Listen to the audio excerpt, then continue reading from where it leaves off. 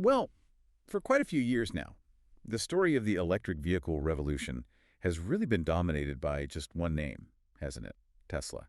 Absolutely. They set the benchmark to find the whole market, really. They wore the crown. But the source material we're looking at today, it shows something hmm pretty extraordinary. A huge, almost tectonic power shift happening right now in the global car industry. Yeah, it's a fundamental challenge to that whole established order we've gotten used to. So our mission today is a deep dive into the Chinese automaker BYD that's Build Your Dreams. hmm We want to understand why their, well, explosive rise is about so much more than just making cheap cars. hmm It's really about a complex, almost ruthlessly integrated industrial strategy Yeah. that seems to be rewriting the playbook entirely. And look, if you just look at the raw data, the stakes couldn't be clearer. This isn't just, grabbing a few percentage points of market share here and there. Yeah. It's a structural change. And in one key area, it's already happened. The sources are clear. BYD isn't just catching up anymore. They've actually hit global dominance in the pure EV segment. They've outsold Tesla for, 4 quarters running now, leading by about 388,000 cars as of Q3 2025. Wow. So this isn't some emerging threat on the horizon. No, not at all. This is basically the new reality for how we get around globally. Okay, so let's unpack that. Let's look at the immediate battlefield, Yeah. Europe. We've got the core numbers here from the European Automobile Manufacturers Association. Right. And if you look just at September 2025, the contrast is, well, it's staggering. BYD sales in the EU, they surged by an incredible 272%. 272%. Yeah. And at the exact same time, Tesla sales in the EU actually fell by 10.5%. That speed is what's really telling, isn't it? That huge surge means BYD's EU market share jumped from almost nothing, 0.4% up to 1.5% in just 1 year. 1 year. They sold over 13,000 cars that month alone. Now, okay, they haven't quite overtaken Tesla's total volume in the EU, yet Tesla still sold over 25,000, but that gap is closing really, really fast for the incumbents. And that momentum, it seems powered by just incredibly aggressive, effective pricing. Definitely. The sources pull out this one specific, really jaw-dropping example from the UK to show the pricing power. Get this. The BYD Dolphin Surf starts at just 18,650 pounds. 18,650. Wow. Now compare that to a Tesla Model 3. Right now, that's retailing for around 39,000 pounds. So less than half the price. Less than half the cost for what is essentially a comparable electric car. Mm-hmm. And the analysis here draws a really critical comparison. They link this strategy directly to the smartphone boom back in the 2010s. Oh, yeah, I see that. Remember how Chinese brands didn't just compete? They basically conquered the global market, offering really high performance, high quality, but at prices way below the established American and Korean brands. It's the exact same playbook, isn't it? It just applied to maybe the most complex consumer product there is, the car. Yep. And you can see that price pressure having an immediate, almost brutal effect. The sources point out that BYD's surge happened right alongside a really tough October 2025 for Tesla in Europe's biggest EV markets. Mature markets, yeah. Places like Norway, Denmark, Sweden, we're talking huge drops in monthly sales. Norway down 50%, Denmark plummeted 86%, and Sweden saw an almost unbelievable 89% fall. 89%. It tells you something crucial. When a high-quality, high-tech, affordable option suddenly appears, that long-held idea that the big names are immune to price competition, it just collapses instantly. Which brings us right to the big question, the central question, really. How? How do they do it? How can BYD sell a high-tech EV for half the price and presumably still make good money? Right. It's a secret weapon, the sources talk about this idea of radical control through extreme vertical integration. Yeah, that's the absolute bedrock of their whole competitive strategy. They haven't just, optimized the supply chain like everyone else tries to do. They basically swallowed it whole. Swallowed it whole, I like that. The reports suggest BYD builds something like 75% to 80% of its car components internally. 75 to 80%. That's incredible. And we're not just talking about making their own seats or something simple. We mean the really complex, expensive stuff. The batteries, obviously, the electric motors, the thermal systems, and critically, the semiconductors, the actual computer chips that run everything. That does make you wonder, though. Why haven't the traditional car companies, or even Tesla for that matter, managed that kind of internal control? Is it just legacy systems holding them back, or maybe a different vision of what a modern car company even is?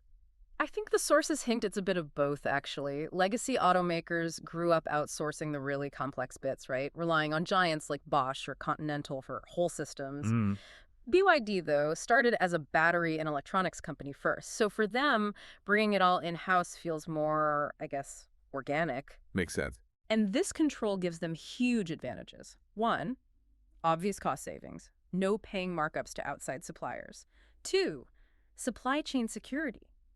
Remember the chip shortage during the pandemic that crippled everyone else? Oh yeah, nightmare. BYD was largely fine because they make their own chips. And three, faster, more integrated innovation.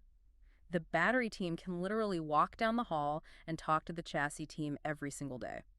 And if you follow that integration idea further up the chain, it gets even more impressive, doesn't it? It does. It doesn't just stop at the factory gates. They've gone upstream, actually securing lithium mining rights. Yeah, guaranteeing their own raw material supply for batteries. That shields them from those wild swings in commodity prices. And then downstream too, right into logistics. Straight into logistics. When they need to ship cars globally, they use their own fleet of ships, including, get this, the world's largest car carrier vessel. It can move 9,200 vehicles in one go. 9,000 cars on one ship. That kind of end-to-end control, from the actual mine, digging at the lithium, right through to moving the finished car across the ocean, that's how they keep their profit margins healthy, even with those super low retail prices. They really are acting like a totally modern, integrated industrial giant. That efficiency sounds amazing. But okay, building cheap cars is one thing. Building competitive cars, especially in demanding markets like Europe, that's another. So where is all that investment and control really making a difference? Let's talk R&D. Right, and you almost have to shift how you think about BYD here. Maybe less like a traditional car company and more like a pure innovation giant that just happens to make cars. An innovation giant, okay. The sheer scale of their research and development is, well, it's staggering. They employ 120,000 engineers. 120,000. Yeah. To put that into perspective, that's bigger than the entire workforce of some smaller European car companies combined. Wow. And this huge army of engineers files, on average, 45 patents every single day. 45 patents a day. That relentless, massive focus on developing their own technology in-house, that's the real heart of what makes them different. And the biggest, most visible result of all that R&D is their own battery tech, right? The blade battery. Right. The blade battery. It's a lithium iron phosphate design, LFP. Now, for listeners, LFP batteries are important because they don't use controversial materials like nickel or cobalt. Okay. That makes them inherently safer, less likely to have those thermal runaway fires you sometimes hear about, and less dependent on materials often mined in politically tricky places. And cheaper too, presumably. Crucially, yes. Yeah. LFP tech allows for clever structural integration, but the big win is cost. The sources suggest the blade battery gives them a cost advantage of around €10 per kilowatt hour compared to the nickel-cobalt batteries many rivals use. €10 per kilowatt hour. Yeah. In a market where battery cost is everything. It's a massive structural advantage. Huge. And that tech ambition, it's clearly driving their whole philosophy. It's backed up by what they say, too. We've got that quote from their executive vice president, Stella Lai. She stated their goal, pretty bluntly: we will change the rules of the game of the car industry. You can't get much clearer than that. No. This isn't just about selling more cars. It's about owning and completely redefining the basic technology of electric mobility. Which brings us neatly to the next big frontier: charging.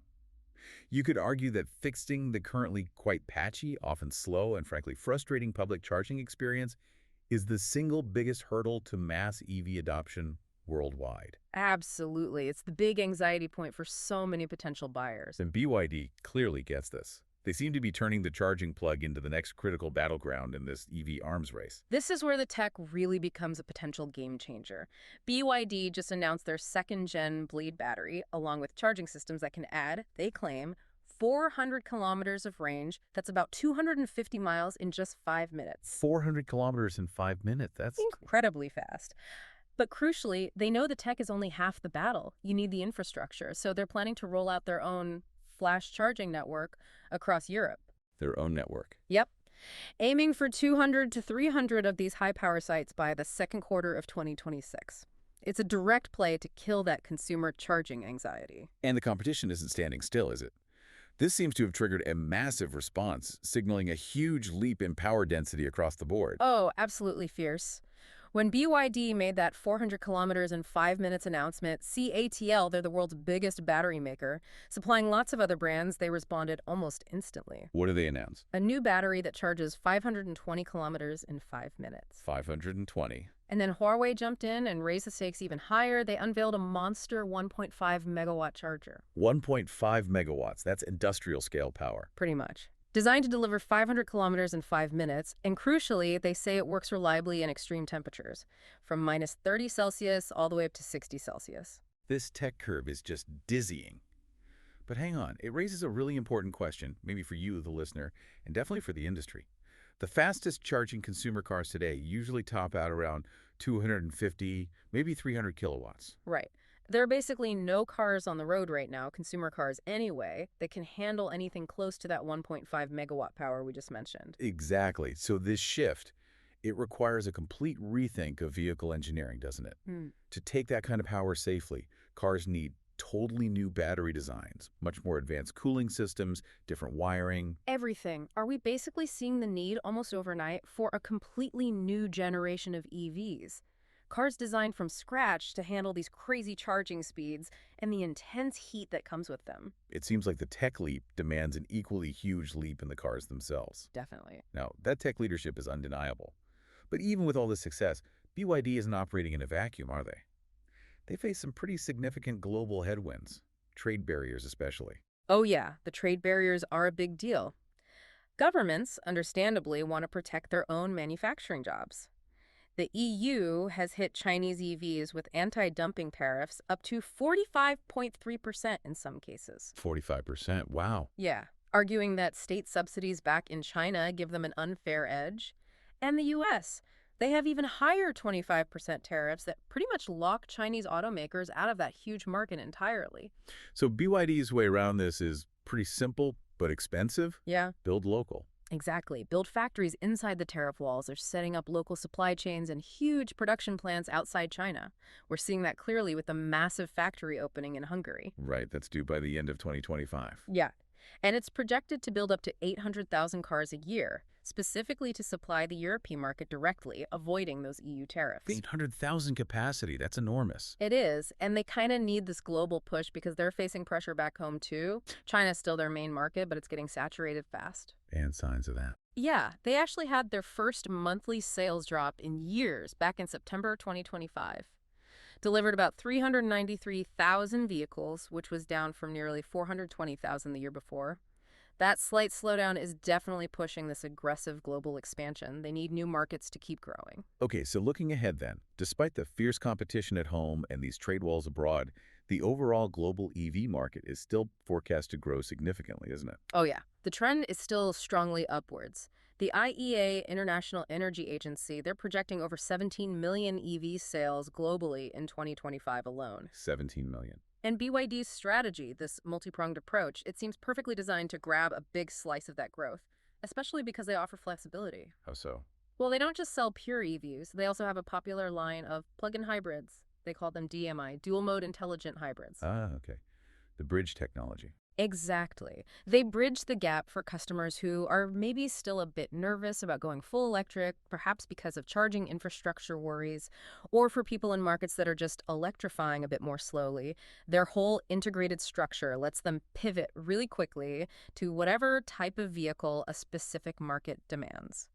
So let's try and wrap this up. What does all this really mean for the industry and maybe more importantly for you, the listener, the consumer? Well, I think the key takeaway from all these sources is that BYD isn't just winning because they're cheap. That's part of it, sure, but it's much deeper. Yeah. They seem to be fundamentally changing the whole industrial template.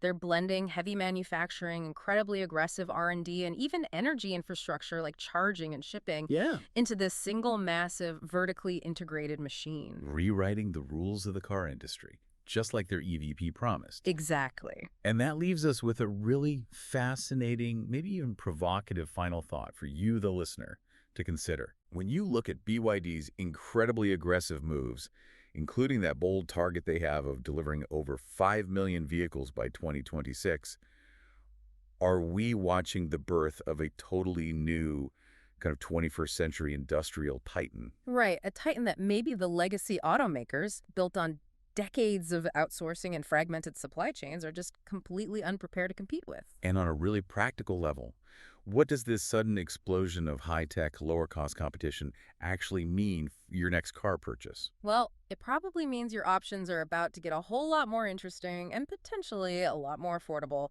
The game is changing fast. We really do enjoy digging into these complex shifts and appreciate the sources you bring to us. So thank you for allowing us to take this deep dive today. Our goal is always to cut through the noise and find the most insightful signal for you. Happy to do it. If you enjoyed this look at the future of cars and the changing face of global manufacturing, please do make sure you follow the channel. We've got plenty more deep dives and surprising insights coming your way. We'll see you for the next one.